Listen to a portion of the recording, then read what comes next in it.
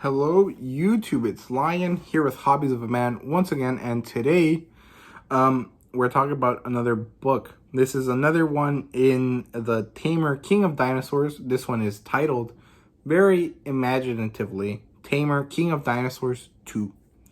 The author is, once again, Michael Scott Earl. It's published by MSE Publishing, which is his own publishing company. The genres are, again, game lit and sci-fi. There is no adaptation. And if you guys are interested in the first volume or in the first book, I'll leave up the video for that up in the card. Yeah, so the premise here is that after surviving the raptor attack at the end of the book and saving Kasseri, sorry, from death by Dino, they have to incorporate her into their tribe. Victor and the girls must expand and fortify their camp, or risk death by dinosaur. And that's really all there is to it. It's really fun, honestly.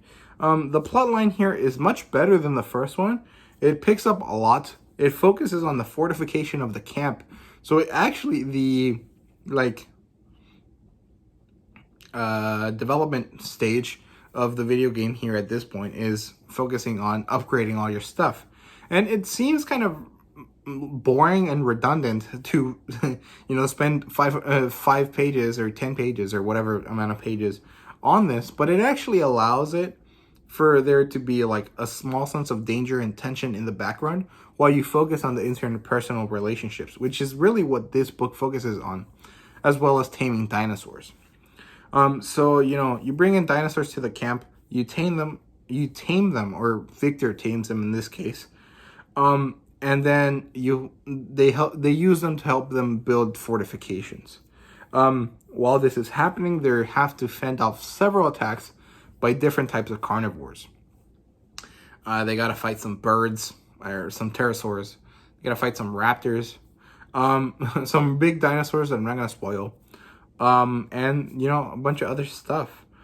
Like I said, the most important aspect here is the interpersonal relationships, and it does escalate to sexual content. So if you weren't in it, if you were expecting some of it in the last book and didn't get any, you're gonna get some here. So hopefully you enjoy, I guess.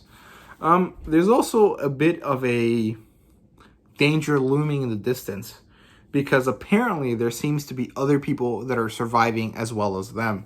And this is definitely going to be a problem, because what do people do when they are in life and death situations and they find each other and decide that they can't live with each other? They kill each other off. So this is what Victor and the girls fear, is that when they meet each other, they're going to attack and they're going to try to take over Victor's stuff, or Victor and the girls' stuff, instead of peacefully try to work out a situation where they can all survive. Which is kind of a sad look at life, but I think it would be rather accurate. At least every other survival story that we have seen usually focuses on like one group of people, and then anytime anyone else meets them, they try to kill them. So makes sense. Yeah, overall, pretty good plot line, much better than the first. Not necessarily the greatest thing either, but fun times. So the characters here, we add a new character. We have Kasseri, this alien sugar baby hairstylist type of character. I'm not really sure. Her whole thing is like she dates rich dudes, and now that she's here stuck in this world, she doesn't want to work, and she is kind of causing a lot of interpersonal tension between everyone. And she's trying to get Victor on her side, but Victor already cares about the other three characters more than he cares about her, beyond the fact that he saved her. So, you get a lot of stuff like that, which is interesting. I actually quite enjoy it. It starts to feel a little bit more like a drama than an action series, but overall, pretty enjoyable.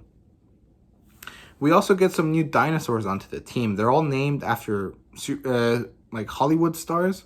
I can't remember their names though, but it's cool that we get more dinosaurs. I hope he gets a carnivorous dinosaur at some point, but who knows. Yeah, most of the character stuff is really just development between the original crew. Trell finally decides that she is going to work as a part of the team instead of just like expect them to do all of it and then reap the rewards. She kind of really evolves as a character, and I'm really happy with her development. She still kind of sucks, but she's so much better about it now that I really enjoy what her character is doing. I really like Sheila the best. I think she's probably the best character here because she's like the Lancer character, the secondary character that really helps the main character out. She also has the best interpersonal development with Victor.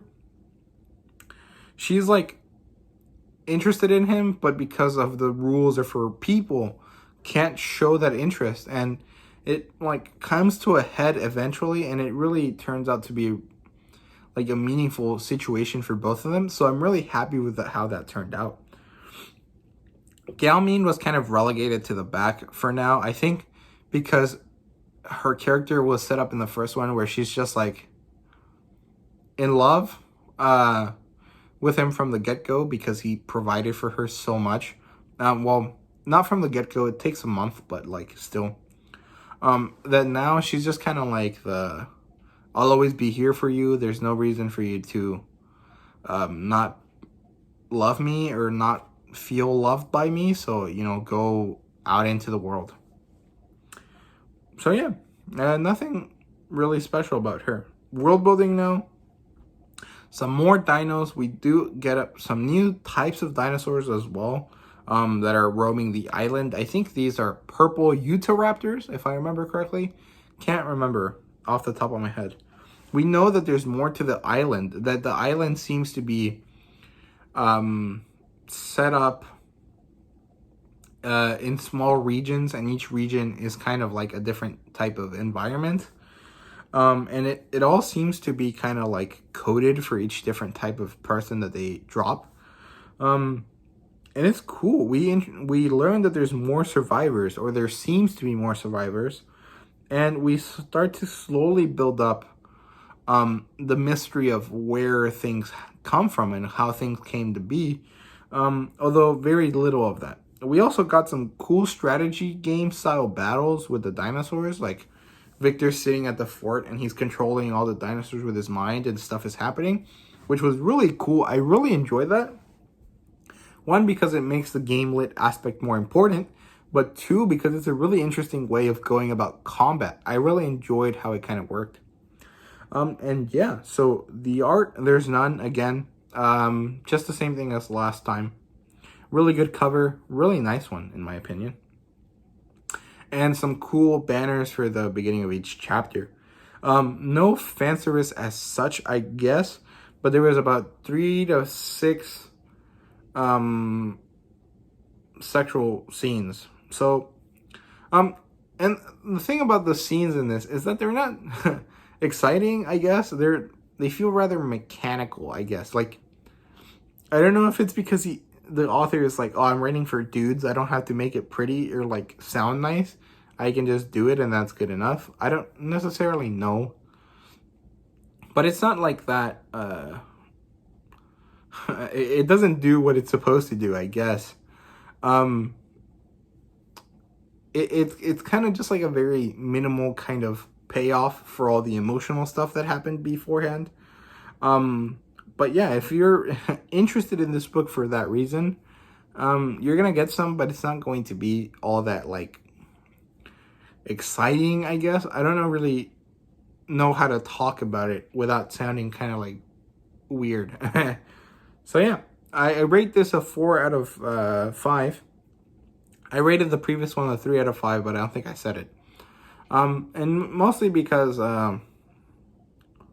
it was good. It was better than some manga and books I've read before, but it just can't be a masterpiece because it's like power fantasy essentially. Or well, I guess power fantasy can be done really well. I just don't think it was that great in this sense. More fun than the first one for sure. I definitely recommend this one if you like the first one. And again, there's no similar titles beyond what the author already writes. And what the author writes is pretty cool. There's this one. There's Dragon Slayer, which I'm going to review next on the next video. And there's also this one called Star Justice, which is about this guy who is a were-tiger in space, and he's like wearing a power suit, and he goes through and does stuff, which is really cool. I'm currently reading through it, and I'm enjoying it, but it's a lot slower to get into than this one or Dragon Slayer. Hopefully I put them up on the screen so you guys know what I'm talking about. Yeah, thank you guys very much for watching. Please like and subscribe and comment down below, and let me know what you guys thought. And yeah, thank you guys very much, and see you guys later.